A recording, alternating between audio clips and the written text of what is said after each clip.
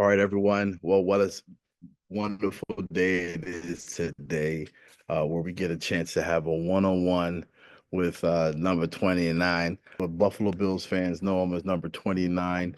They know him as a first-round draft pick um, of the Buffalo Bills in 1985. Cornerback of Memphis, University of Memphis, Hall of Famer, the one and the only D. Burroughs, Mr. Derrick Burroughs, Coach Derrick Burroughs, that is. Thank you for taking time to speak with us in the Mafioso Nation. We Thank you very appreciate much you. for having me and educating me on the Mafioso Nation. Uh, I'm very excited about trying to get back in the Buffalo area. I hadn't been there in a long time, so it'll be good for me. Well, you know what, and you're not coming empty-handed. You're coming with, um, your book, which is very exciting. Venture for you. So congratulations. So we can add author to your already lengthy and, and accomplished resume, sir. Are you going to be sharing any bits of the book? Do you have any kind of any of that planned during your experience here? I'd like to. Hopefully, people will come out and let me talk about the book a little bit, and I hope they find it interesting enough to want to pick it up and read it. And it's some very interesting things, a lot of hardships, a lot of pain and trials, tribulations, but it's a lot of happiness too in it. A lot of things about my experiences there in Buffalo.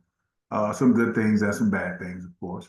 But I think it's a very interesting book, and I hope you and the Mafioso family and the Buffalo community, period, feel that it's interesting enough also.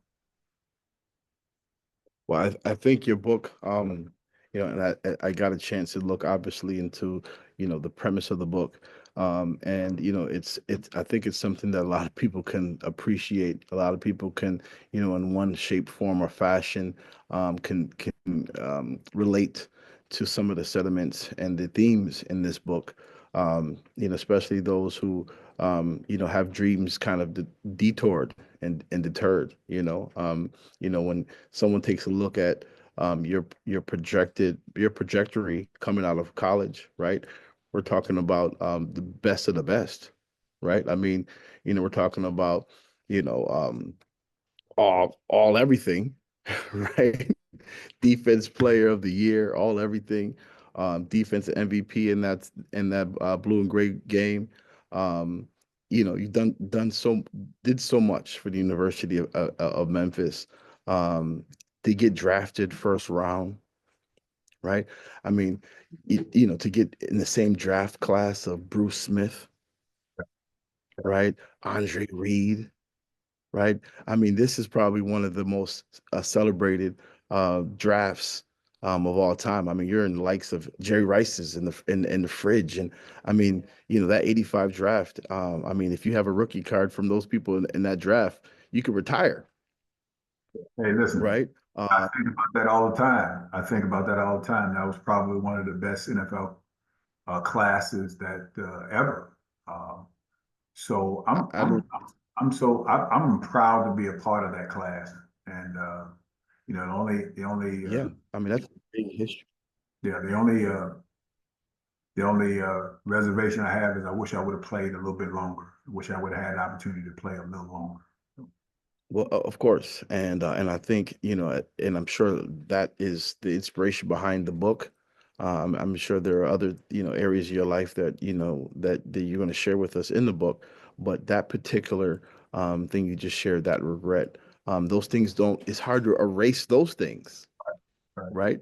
So how do you, as you talk about, the word erase, how do we erase those difficult memories in our life where we're still carrying that heaviness?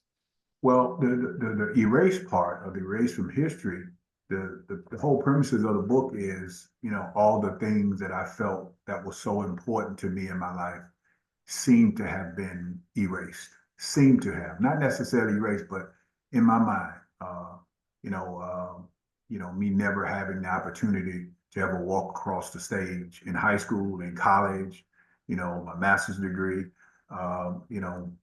me getting hurt before my career really even started. Me finding out that the man that I thought was my father all my life wasn't my father, at all. So I don't really know what my Wow. last name is. So it's so many things in the book. Yeah, there's so many things in the book that just never got a chance to go to a prom. So it's just kind of a culmination of all the important things that a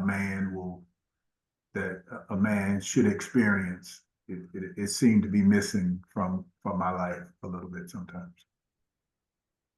Wow. Well, you mentioned prom, and one of the things that we do providing suits is providing young people with outfits for prom, men, student athletes, Now that's important. and it is. And so what we do with these student athletes, we put them through an I Promise program where the schools let me in into the schools. We bring all the student athletes who want suits for prom into a room, and I spend 90 minutes going through running reps. And these reps are for responsible evacuation procedures because the one REP and the one thing we want to do is we want to make sure that prom night doesn't become a prom nightmare.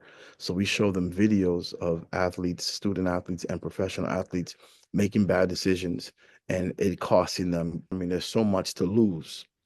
And we make them go through that. And we partnered with the Buffalo Sabres on that last year, where they allowed us to use the Key Bank Center to dress the kids for prom. So, and I brought that up just to say, I find myself, and a lot of people find themselves being able to fill those voids in their life by helping other people go to prom. And, those areas where you weren't able to be part of it, because here you are, listen, here you are still talking about prom, right? And there's a lot of young people who won't go to prom because they can't afford a suit to go to prom. And that's something that you carry with you even to this age. So to hear you mention, not going to prom as being a list on the list of tragic sort of regretful moments in your life. It just goes to show it is not an ordinary moment for them.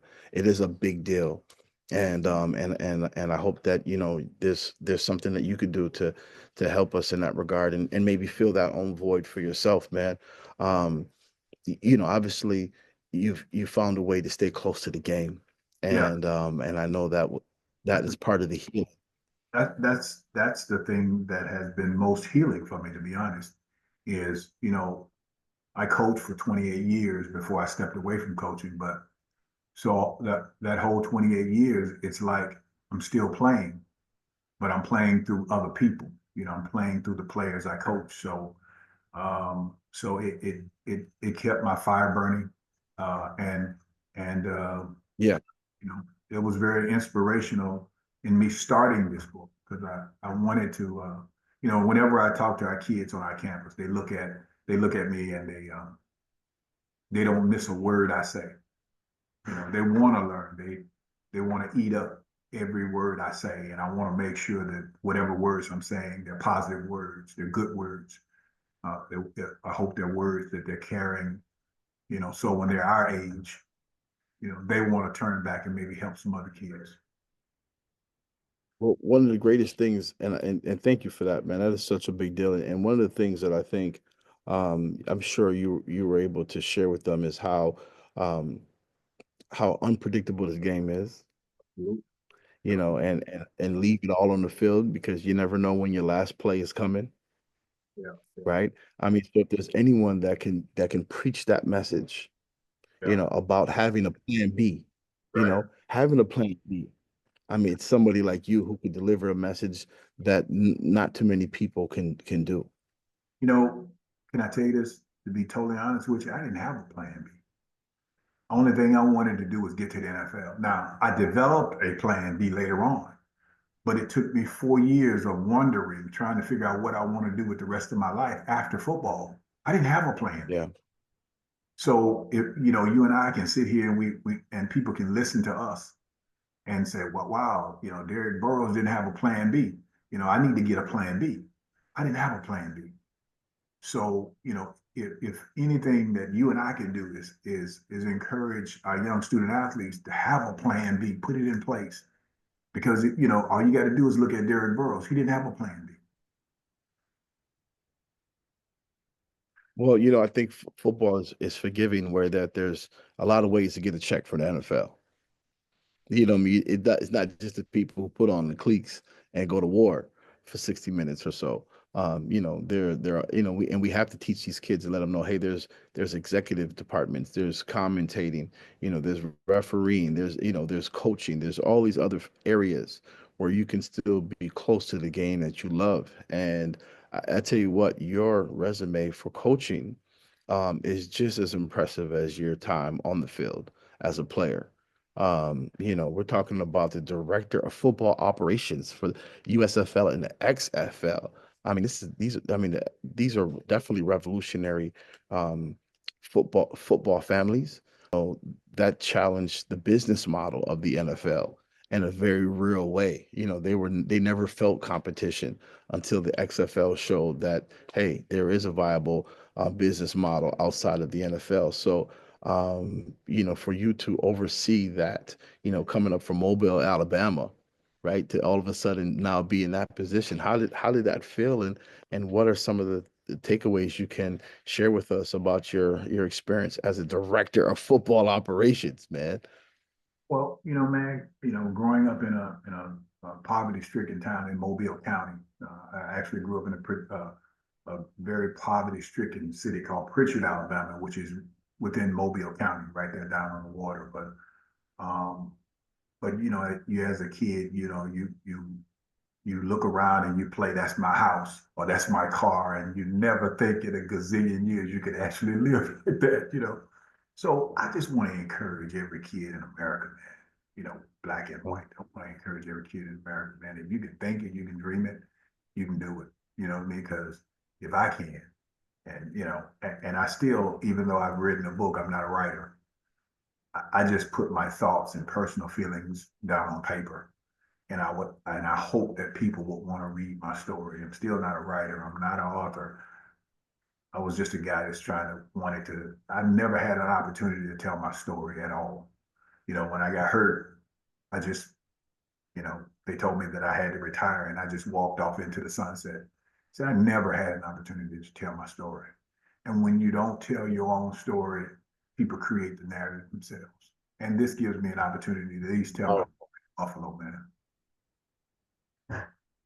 wow. Well, I mean, to be able to get your perspective of, of what it felt like to be a Buffalo Bill during that time, to know that there are some stories that have never been told, hidden in your book, excites all Bills fans for sure. Um, I just want to just, acknowledge the fact that, your coaching career, is so storied. And if you've had so many different places where you've had to serve, and you served, what can you say a little bit about, those learning institutions and those places for student athletes to go to pursue their dreams, especially, regarding like even Jackson, JSU, everyone in the country knows all about JSU, and you were there before the spotlights were there. So, what was your experience going through those institutions? Well, first of all, let me say that thank you, HBCU schools, for giving me an opportunity. Because, if you look down my resume, I've coached at a lot of HBCU schools, and they gave me the opportunity to coach when nobody else would. So I want to say thank you to every HBCU school I've ever coached at. Um, but um, you know, um, it was so many times when I wanted to coach in NFL. I wanted an opportunity to coach Division I football, but I never got the opportunity, mainly because I was where I was supposed to be. I was where I was needed the most. Mm, And I thank God I kept love that. where I was because they needed me more here at our HBCU schools than they needed me in NFL or than they needed me in Division I football. He knew that. I didn't know that.